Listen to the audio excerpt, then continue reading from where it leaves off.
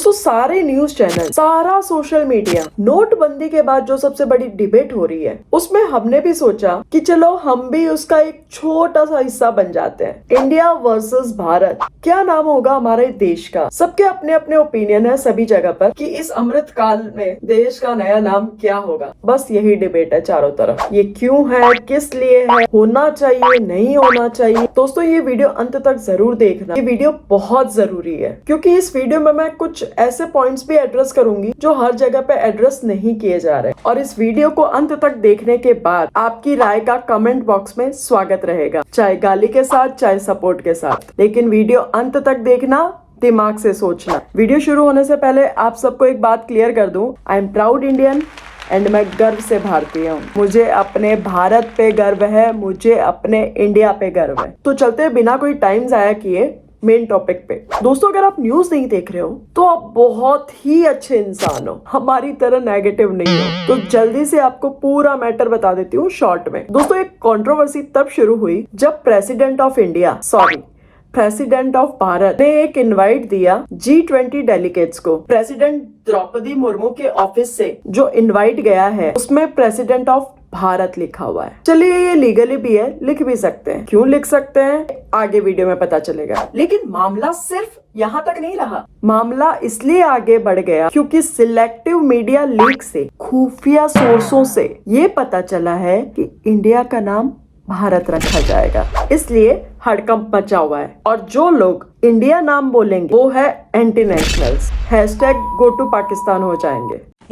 सबसे पहले ये बात क्लियर कर दूं कि इस टाइम तक जब मैं ये वीडियो रिकॉर्ड कर रही हूँ तब तक ऑफिशियली सरकार की तरफ से कोई भी स्टेटमेंट नहीं आया है। दोस्तों डीमोनेटाइजेशन के बाद पहला ये मुद्दा होगा जो लोगों को इतना एक्साइट कर रहा है डिबेट करने में। आखिर मोदी जी करने क्या चाहते हैं, क्या क्रोनोलॉजी है इसके पीछे, मोदी जी का क्या मकसद है? क्या जो 5 दिन का बिना किसी कारण के विशेष सत्र बुलाया है उसमें इंडिया का नाम क्या हमेशा के लिए भारत कर दिया जाएगा? क्या मोदी जी के नए भारत का मतलब यही था? दोस्तों गौर से सुनिएगा। देखिए मोदी जी ने कुछ वक्त पहले लाल किले से कहा था कि अमृत काल को आने वाले 1000 वर्षों तक याद रखा जाएगा। ये मोदी जी ऐसे ही नहीं कह रहे थे, कुछ तो खुराफात है जो लोगों को अभी तक समझ में नहीं आ रही। दोस्तों इंडिया की जगह भारत लिखने के 3 कारण हो सकते हैं। पहला कारण ये हो सकता है कि मोदी इंडिया के नाम के गठबंधन से बहुत ही ज्यादा डरे हुए हैं, बहुत ज्यादा चिढ़े हुए हैं। उनको जहां इंडिया का नाम दिखाई देता है, सुनाई देता है, घबरा जाते हैं, परेशान हो जाते हैं और अपने पावर से इंडिया का नाम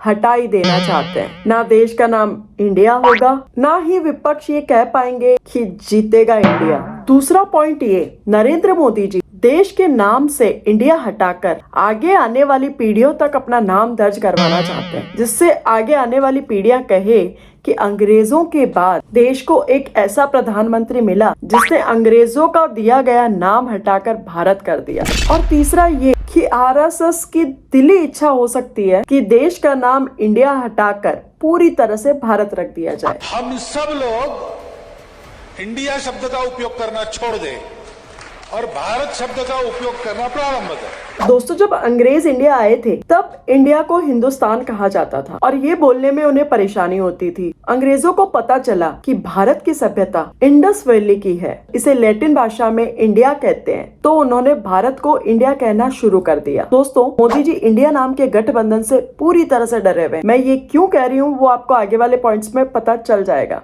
लेकिन जो बीजेपी कल तक अपने प्रोग्राम्स के नाम make in India, skill India, Khelo India, फलाना इंडिया रखती थी, अब अचानक से इंडिया कैसे घमंडिया हो गया? अब इंडिया नाम से इतनी प्रॉब्लम क्यों हो रही है? ये सब यही बताता है कि मोदी जी कितने इनसिक्योर है। और दोस्तों ये इनसिक्योरिटी सिर्फ सत्ता चले जाने के डर की नहीं है, क्योंकि सत्ताएं आती है, जाती है, बदलती रहती है, नेता आते जाते रहते हैं, लेकिन मोदी जी को डर है कि जिस स्तर की राजनीति उन्होंने पिछले 9 साल में की है, जिस स्तर की बातें मोदी जी ने 9 साल में किया है, जिस स्तर का व्यवहार मोदी जी ने विपक्ष के साथ पिछले 9 सालों में किया है, तमाम नेताओं, तमाम पत्रकारों के साथ उसका 1% भी किसी सरकार ने सूद समेत वापस लौटाने की ठान लेना तो मोदी जी और अमित शाह दोनों के लिए बहुत ज्यादा मुश्किलें खड़ी हो जाएगी, क्योंकि दूध का धुला हुआ तो कोई भी नहीं है। सीएजी के बताने के बाद भी, घोटाले उजागर करने के बाद भी सरकार अपने अहंकार के दम पर घोटालों को नजरअंदाज तो कर सकती है, नकार सकती है, लेकिन अगर सरकार बदल गई तो बड़ी मुश्किल हो जाएगी। आज जंजीरों में जकड़ा हुआ मीडिया, गुलाम पड़ा हुआ मीडिया अगर आजाद हो गया तो मौजूदा सरकार के बड़े बड़े सूरमाओं का सांस लेना दूभर हो जाएगा। मीडिया के मुंह पे पड़ा हुआ ताला अगर हट गया तो न जाने कितने सवाल खड़े हो जाएंगे, न जाने कितने गड़े मुर्दे उखड़ेंगे। इसलिए अगर मोदी जी के अंदर सत्ता जाने का डर है तो बिल्कुल सही है, क्योंकि बीजेपी ने सभी पार्टियों को हिटलरशाही सिखा दी है। झूठ बोलना, सारे आरोपों को नकारना, मीडिया का मुंह बंद कर देना, पत्रकारों को डराना, धमकी देना, नौकरी खाना, सब कुछ तो सिखा दिया है। अब अगर मोदी का डर सही साबित हुआ, सरकार बदली, तो मोदी जी ने जहां देश को लाकर छोड़ा वहां से फिर दूसरी पार्टियां ही तो उसे आगे लेकर जाएगी। उसी तरह से आगे का सफर तय होगा।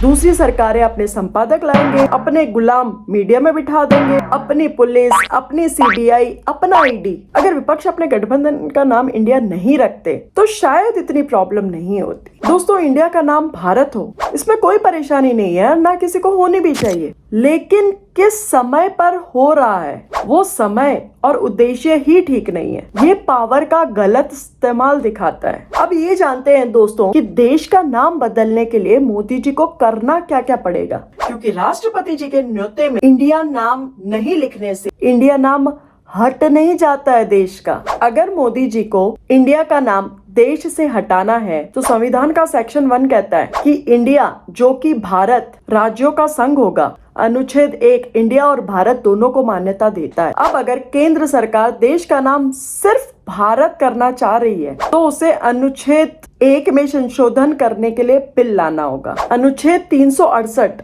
संविधान को संशोधन करने की अनुमति देता है। कुछ संशोधन साधारण बहुमत यानी कि 50% बहुमत के आधार पर हो सकते हैं, तो कुछ संशोधन के लिए 66% बहुमत यानी कि कम से कम 2/3 समर्थन की जरूरत पड़ेगी।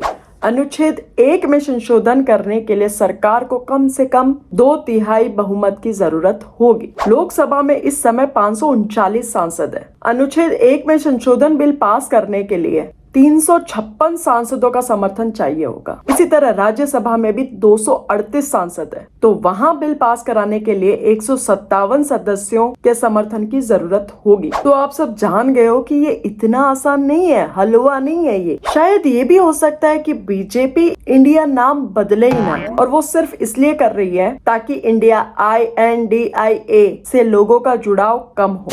आज हमारे देश में महंगाई, बेरोजगारी, रोजगार, शिक्षा, कितनी तरह की समस्याएं हैं, वो सारी रखो साइड में। मोदी जी कहते हैं कि नहीं, आपको मैं नया टास्क देता हूँ, उसमें आप बिजी रहो। चुनाव के टाइम में इस तरह की चीजें होना दो कम्युनिटी को आपस में लड़वाने का सबसे बड़ा काम करती है। मोदी जी ने हमारे पूर्व प्रधानमंत्री मनमोहन सिंह जी के लिए ये भी कहा था कि वो मौन प्रधानमंत्री थे, तो आज के टाइम में हमारे पास में मौन राष्ट्रपति है और एक ऐसा प्रधानमंत्री जिसने आज तक एक भी प्रेस कॉन्फ्रेंस नहीं की है। वो सिर्फ और सिर्फ अपने मन की बात करते हैं। इस वीडियो में बस इतना ही। आपकी राय कमेंट में जरूर देना। वीडियो पसंद आया लाइक कीजिए, दोस्तों के साथ शेयर कीजिए, चैनल को सब्सक्राइब करना मत भूलिएगा। मैं मिलती हूँ आपसे नेक्स्ट वाले वीडियो में, तब तक के लिए पीस आउट।